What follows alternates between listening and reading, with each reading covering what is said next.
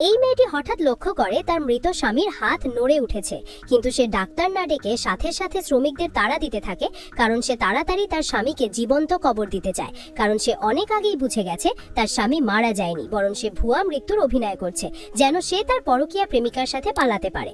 এমনকি তারা দুজন প্ল্যান করে মেয়েটির নাম ব্যবহার করে বিপুল অঙ্কের সুদের ঋণ নিয়েছিল, যার ফলে মেয়েটির কোম্পানি দেউলিয়া হয়ে যায় এবং মেয়েটিরও দুপা ভেঙে দেওয়া হয়। কোনো উপায় না পেয়ে মেয়েটি তখন ভিক্ষার জীবন বেছে নেয়। তারপর হঠাৎ একদিন মেয়েটি তার বিশ্বাসঘাতক স্বামী আর তার প্রেমিকাকে দেখতে পায়। মেয়েটি তখন তাদের কাছে গিয়ে নিজের সাথে হওয়া অন্যায়ের জবাব চায়। ঠিক তখনই সেখানে বহুদিন আগে হারিয়ে যাওয়া মেয়েটির ছেলে ফিরে আসে, যাকে দেখে মেয়েটি অনেক খুশি হয়। কিন্তু তখনই হঠাৎ ছেলেটি এসে তাকে সিঁড়ি থেকে ধাক্কা দিয়ে ফেলে দেয়, যার ফলে সে মারা যায়। কিন্তু তার আগে মেয়েটি বুঝতে পারে তার স্বামীর সাথে নিজের ছেলেও যুক্ত ছিল, আর তাই মারা যাওয়ার আগে মেয়েটি শপথ নেয়, যদি আরেকটা জীবন পায় তাহলে এই তিনজনকেই সেদিন আমার রক্তের দাম দিতে হবে। আর তখনই আশ্চর্যজনকভাবে মেয়েটি ফিরে আসে সেই দিনে যেদিন সে স্বামীর ভুয়া মৃত্যুর খবর শুনেছিল।